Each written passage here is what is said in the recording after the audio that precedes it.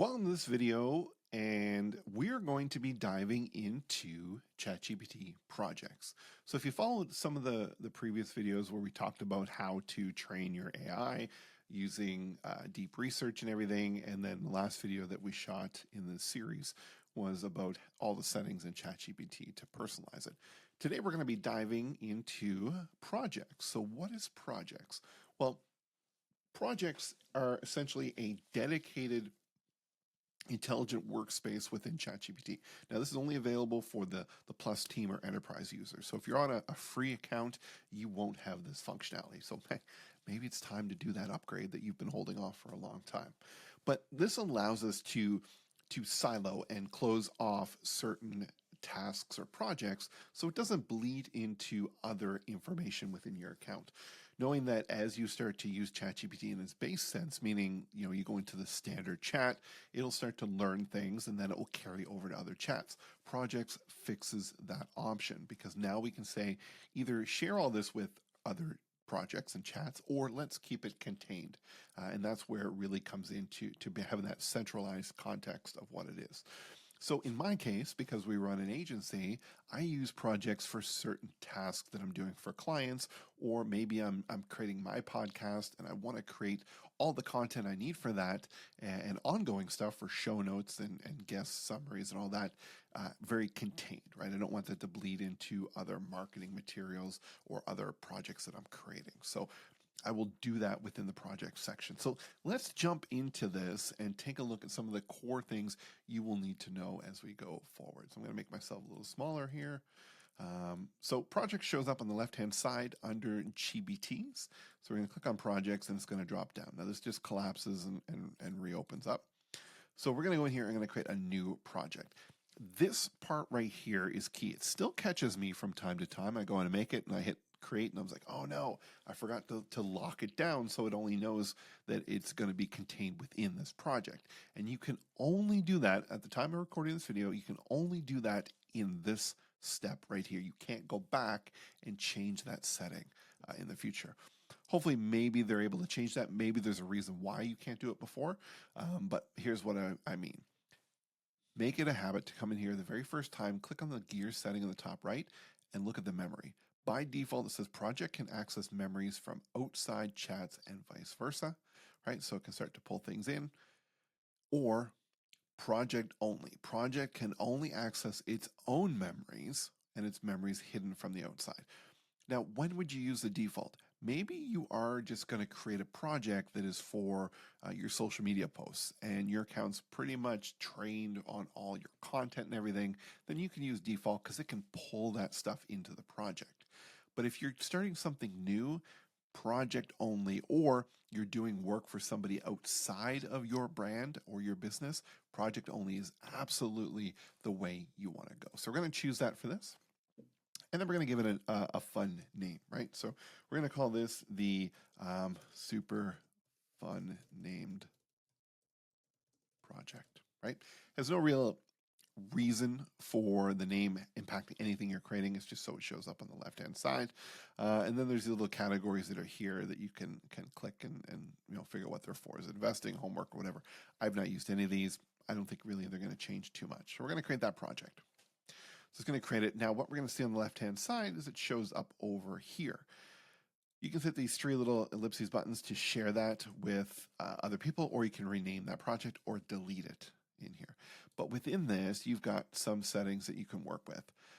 Most commonly you'll see is the add files. This is where you can then start to upload content for context. That's fun. Content for context around this chat. So if you're going to be, let's say, creating one of these for your podcast, maybe you're going to want to have a document that's like, here's the summary of what the podcast is about, right? Here's a bio of the host. Save those as a PDF and go in here and add those files within this. When you bring this up, it says instructions, see context and customize how ChatGPT responds to this project, right? So this here is going to give us information about the project settings that are clear across the board in this project, right? So this is, respond this way, or you're going to be creating social content for XYZ. That's where you'd enter all that. and then we can add in our documents. What we can see here is we can add in documents, code files, images, and more, right? So PDFs work really well in here. You can add up to 25 files for that project. And then the memory down here does not, it looks like you can, right? They hang that bait out there pretty good, but it looks like you can do this, but you can't. You cannot change this after the fact. If you get to this point and you're like, oh, I'm just starting this, and you're like, oh no, I needed to change that because I left it as default, delete the project, just create a new one, and then change it then, right? Hopefully you don't realize that after you've done a lot of work in that. So you can go ahead and upload those files within that section of it. Now, from that point forward, this works just like any other chat would, right? You can hit the plus sign here to do any of these things, like adding files or photos, add from your Google Drive if you've got your Google Drive connected, tell it what mode you want it to be in. So maybe you're going here to create images, or you're going to use this agent mode, or you want to study and learn, or do a web search, and then it says more here for Canvas, deep research, quizzes, shopping research. I'm actually going to explain these in just a moment to you, because I think that's relevant at this point. And then on the right-hand side, this is just my Grammarly plugin. You won't see this unless you've got Grammarly. You've got your ability to dictate in here, or you can go into voice mode, which will flip it over, and you can have a conversation with it. Works really well. You know, you ask it a question, it responds back. You're just having a conversation, but that thread stays within your ChatGPT. So use case in this is I was developing or wanting to develop a outline for a book, and I was driving. I had about an hour drive ahead of me, and I went into the app. Obviously, when I was getting coffee, I turned it on, and I said, you know, hey, I want to develop a book on this topic. I want it to be not 25 chapters, 10 chapters, and this is the outcome. Let's start to brainstorm some of the ideas, right?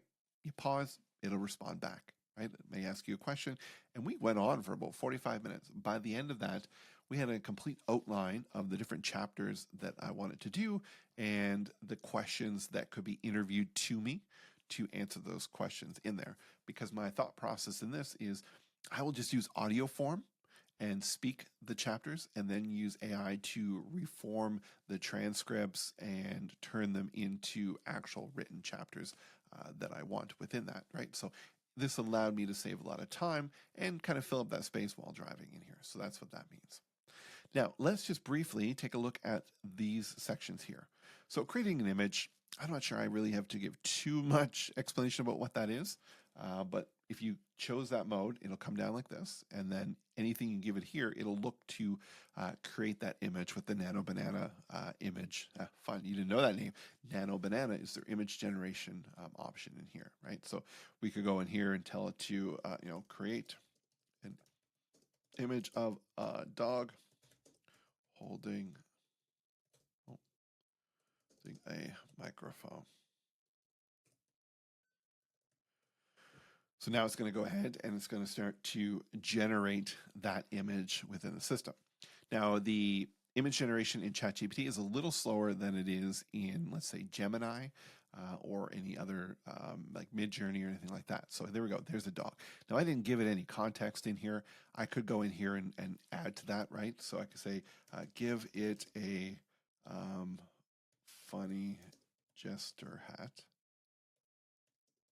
I don't even know if that's how you spell jester, but we will see what it comes up with, right? We're not going to get too much down this rabbit hole.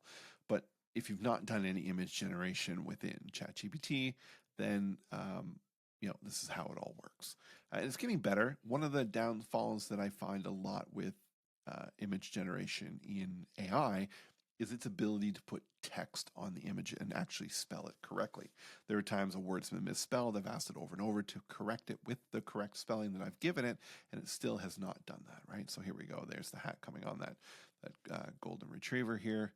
And let's see, yeah, still holding the microphone, right? So some fun stuff that you can play with in there. So that's the image generation side. Next, we've got our agent mode.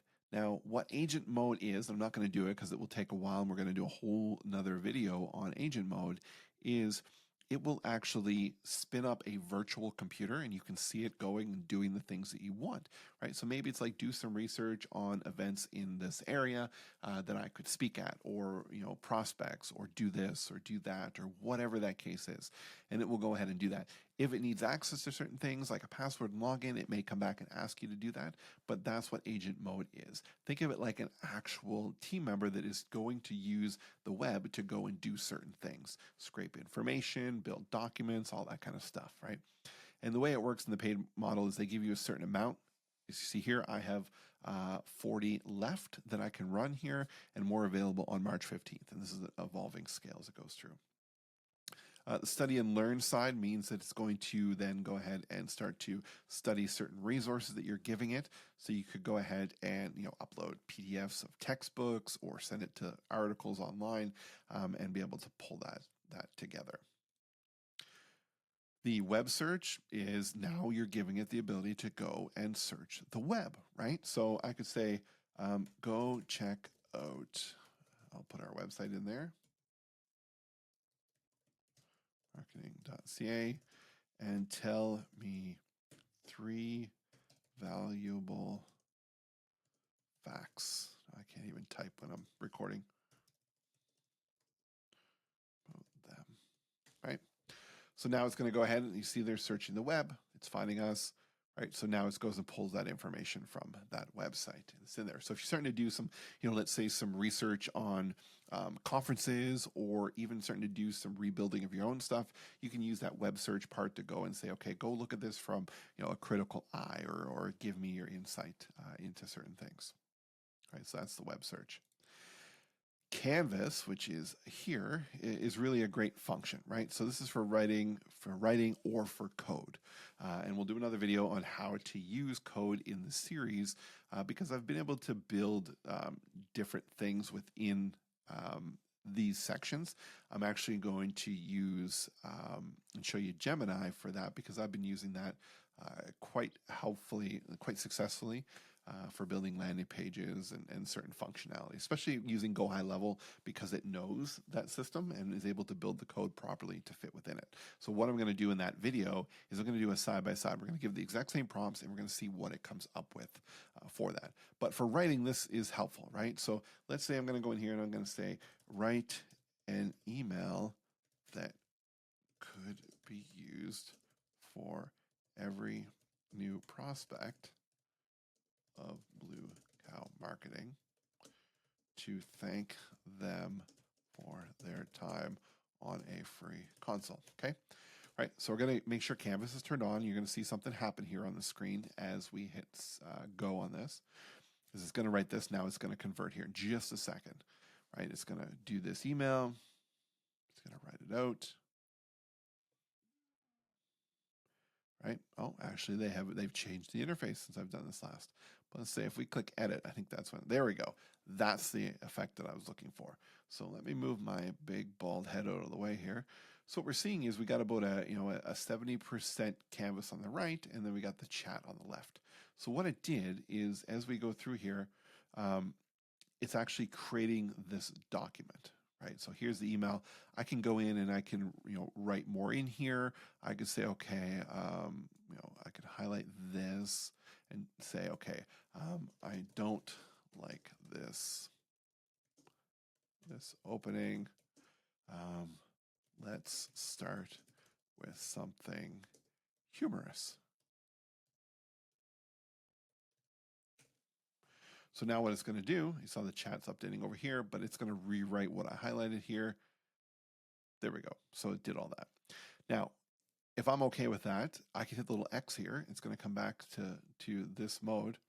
And this email is going to show here, right? So you see this little box. It never always looked like this before. If you were using this before, it was just like a little box and it basically was the headline, this part here. But now we see the whole email in that. So I can say, okay, write a second email to the prospect to send testimonials. Now, by this, because it's in a chat, it is going to reference and know what it had said before, right? So I asked it to write something else, a secondary email. And this is going to be key because this is one of the power features of Canvas is being able to do this type of content creation, all right? So what it did was it went and it wrote this in here just like that. So it took into mind the previous conversation, and then it wrote this here. Now, one thing I just noticed in here, before it would make a secondary document, right? So I'd be able to click and edit this, and it would be separate. For some reason, it made it all as one. Okay, so I'm just going to ask it here. Oh, I'm going to pull this up so I can see my bottom of my chat. Make the second email a separate canvas. Must be an update that I wasn't aware about, but let's see what happens here. There we go. So now it made it a different one in here. So if you ask it to do that, now what we're able to do is like this one here, minus the stuff it put in there, would be the first one. I could edit this, go in here, do that kind of stuff. Right, let's just get this out of here. Right, so we only have that one. Right, we'll X out of that. Now that's up here, and I can scroll down the chat, and I can go in and I can edit this one, right? So we're kind of like ingesting and embedding content pieces within that, so they're not really lost within an entire search in here. So that's how the Canvas feature works. Works really helpful for doing this type of content. Next, we've got, what do we got in here? Deep research. So this becomes handy if you watch the video on creating the training of your GPT so it knows who you are. We ran a deep research on ourselves and recommend you do that too, to be able to let it go search the internet and find out all the information about you that it can find. Obviously vet that, make sure it's legit and it's actually talking about you and not somebody else named the same as you. Quizzes, this is a new feature. I have not played with this. I'm assuming, let's learn this together, create a quiz that would be helpful for business owners struggling with spending too much time on marketing. Let's see, I'm assuming that's what this does within here for the quiz. So let's just see what comes up here. So this looks like it's something that's going to be embedded in here. It's taking some time. One thing that you'll find as you use ChatGPT over time is that new features are going to roll out, some of which you don't even know they're coming, right? So a quiz wants to connect to quizzes, create a quiz for your knowledge. Okay, I don't really know what that is, but let's see. Use quizzes in ChatGPT, connect interactive quizzes. Oh, this sounds fun. So quizzes is now connected, probably an app. So love this, actually another kind of lead magnet. Right, so now as we're focusing on the lead magnet here. So it's starting to bring out the copy. Right, this probably could have been a whole separate video. But there's a quiz and all the questions that are there. Tells us the scoring. Nice. I can see this being useful for you guys. So always at the end, it says, what do you want to do next, right? So if you want, I can now turn this into a high converting landing page version, rewrite the full in Blue Cow tone, a little cheeky, a little bold, or structure it specifically for go high level form logic and scoring automation. The reason it's suggesting this is it knows that I build a lot of stuff for go high level accounts. And I've asked it in previous ones, so it has referenced that in its own knowledge and memories moving forward, right? So that's how that pulls that all together. So I can go ahead and rewrite it or not, but I'm curious as to this high converting landing page. So I'm going to, I like to just copy and paste sometimes and go in here. Let's see what it will do for us. But this, like I said, this may justify also a more in-depth video. So let's see here, headline, subheadline, sections. It might just be creating the copy for this, but this is where we could go ahead and start up a new chat once we have all this and build it into the code side. And this might actually be what we're going to use. So in the next video, when I talked about using AI for coding, I'm actually going to use this information that it came up with here. So I'm going to extract all this from this chat and use it in a new one and put it head to head against Gemini, because Gemini is also one that I use a lot for the coding side of things. All right, so that's the quizzes. We'll leave that as is. And then in here, we've got shopping research for, if you want to shop for products. I use this multiple times if I'm looking for stuff on Amazon or online. Explain what it is that I want and say, hey, what can we do? What we're doing is, my son and I are doing robotics. So we say, okay, we want to build a little robotic arm.